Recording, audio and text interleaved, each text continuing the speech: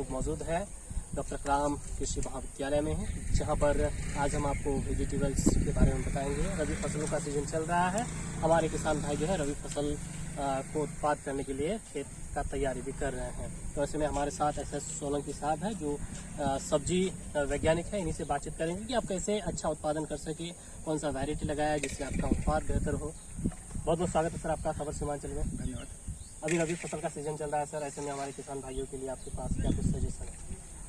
अभी रबी फसल जो है उसका समय चल रहा है। इस टाइम किसान भाई जो है मुख्य तौर पर आलू को लगा सकते हैं। आलू की खेती बहुत अच्छे से कर सकते हैं। इसके अलावा कुछ फूल गोभी, पत्ता गोभी, सब गोभी वो लगाया जाता है और बहुत सी सब्जियाँ हैं जिन्हें रबी मौसम में लगाते हैं। तो हमारे जो इलाका है सर, इस इलाके में आलू की खेती बहुत बड़े पैमाने पर भी करते हैं लगभग। बिल्कुल। लेकिन ऐसे में किसान भाइयों को जो वैरायटी लगाना चाहिए और उनके ज़मीन पर जो वैरायटी बेहतर उत्पाद होगा उसका ज्ञान नहीं है।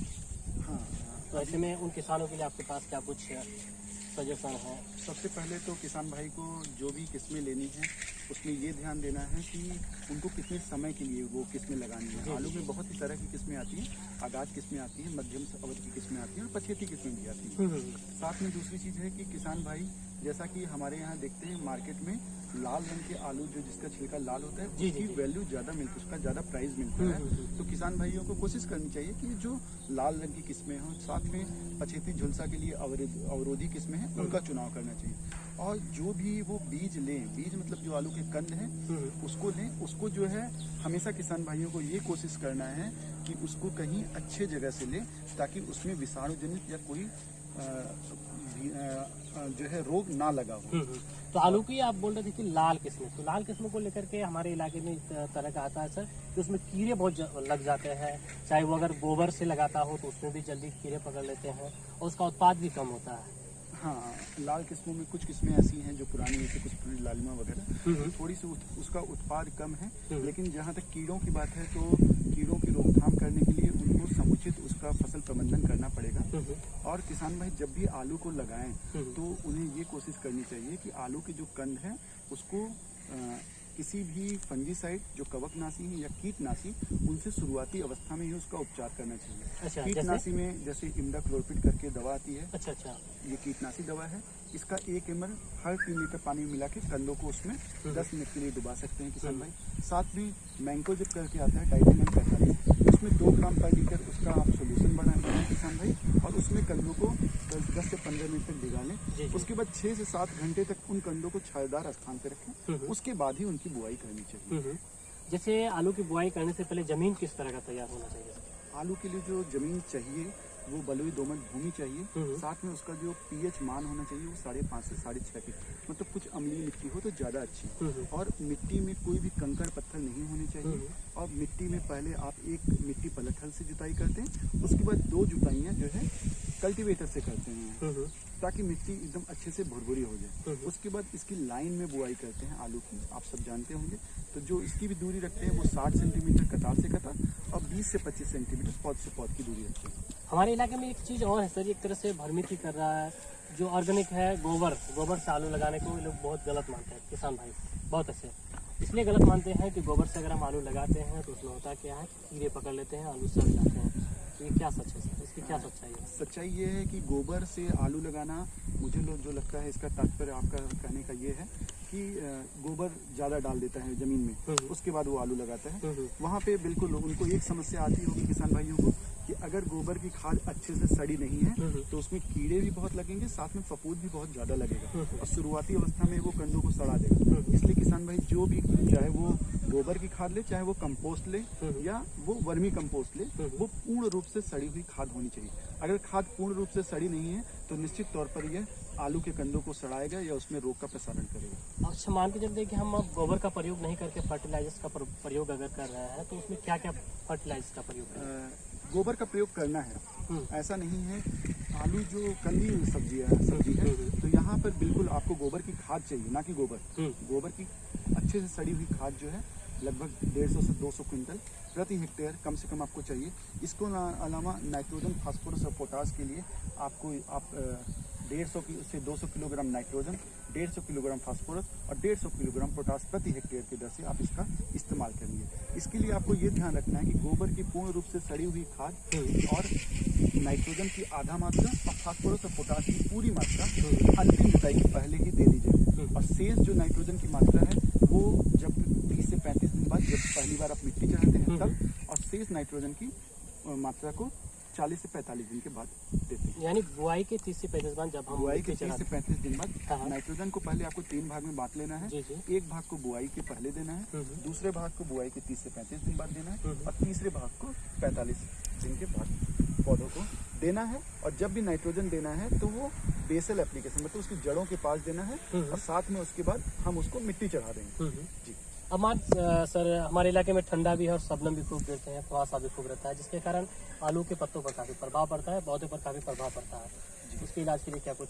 पहली बात तो ये है कि अगर कुहासा बहुत ज़्यादा है तो सामान्यतः कुहासा जो दिसंबर जनवरी में शुरू होता है तो आलू में एक बहुत ही सबसे बड़ी समस्या आती है, पछेती अंगमारी बोलते हैं, लेग ब्लाइट ऑफ पोटैटो इसे इंग्लिश में बोलते हैं। और ये इतना ही हानिकारक या इतना खतरनाक रोग मैं कहूँगा कि जिसके कारण बंगाल में अकाल आ गया था। अच्छा। इसे बंगाल फेमिन भी बोला जाता है, इसी रोग के कारण आया था जो ये पछेती अंगमारी है। तो इससे बचने के लिए किसान भाइयों को ये ध्यान रखना है कि जब भी आसमान में बादल हो, मौसम ठंडा हो, कोहरे हो, उस समय पर एक दवा आती है मैंकोजेब या डाइथेनियम 45, उसका 2 ग्राम प्रति लीटर पानी में के हिसाब से मिलाकर पहले ही पौधों पर छिड़काव कर देना है तथा 10 से 15 दिन के अंतराल पर ऐसा छिड़काव करने से हम इस रोग के आने से बच सकते हैं। जैसे अभी कोरोना के लिए आप वैक्सीन ले रहे हो ताकि ये रोग ना आए, या कोई भी दवा आप पहले से खा लेते हो किसी भी रोग आने के पहले, तो ये पहले से बचाव करने का एक तरीका है कि आप मैंकोजेब नामक जो दवा है, जब भी आसमान में बादल हो, मैंने बताया मौसम ठंडा हो, कोहरे हो, उस टाइम पे इस दवा को पहले से ही पौधों की पत्तियों पर छिड़काव कर देना है। ये रोग इतना खतरनाक है कि अगर 2 से 3 दिन में इसकी फैलने की क्षमता है वो इतनी ज्यादा है कि आपके 50% तक उपज को नुकसान पहुंचा सकता है। अच्छा। सिर्फ 3 दिनों में। 3 दिनों में? बिल्कुल। तो ये हम लोग गोभी की भी बात कर रहे थे। हाँ, फूल गोभी का भी सीजन है। फूल गोभी का भी सीजन है। इस टाइम में आप मध्यम एवं पछेती किस्मों को लगा सकते हैं और मध्यम किस्मों की तो नर्सरी जिसने पहले से डाली है उनके लिए ठीक है, नहीं तो पछेती किस्मों को अभी लगाने का उसका नर्सरी डालने का समय है। उसकी नर्सरी आप डाल सकते हैं।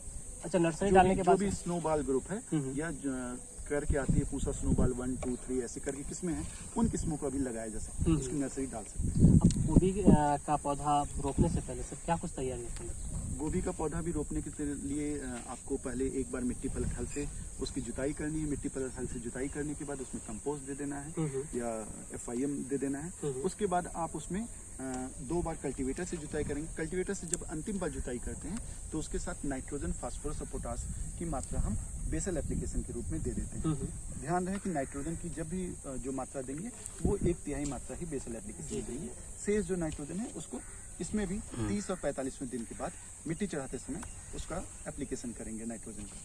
देने की बारी आती है तो उसमें बहुत सारी जो है खास करके ठंडा का समय में कीड़े लग जाते हैं और फल जो है वो बहुत बड़े पैमाने पर खराब हो जाती है। हाँ, फूल गोभी में भी बहुत से कीड़े लगते हैं, साथ में इसमें बहुत से फिजियोलॉजिकल डिसऑर्डर मतलब नाइट्रोजन या कैल्शियम या बोरान की कमी से बहुत से रोग आते हैं इसमें। तो कीड़े लगते हैं तो कीड़ों के लिए बहुत सी किस तरह के कीड़े लगते हैं, अगर जैसे व्हाइट फ्लाई या थ्रिप्स की समस्या आती है। व्हाइट फ्लाई की समस्या बहुत है। व्हाइट फ्लाई की समस्या है तो वहाँ पे इमिडाक्लोपीड जो दवा है बहुत ही अच्छी दवा है, उसका 1 ml प्रति 3 लीटर पानी में मिलाकर पड़े छिड़काव करते हैं।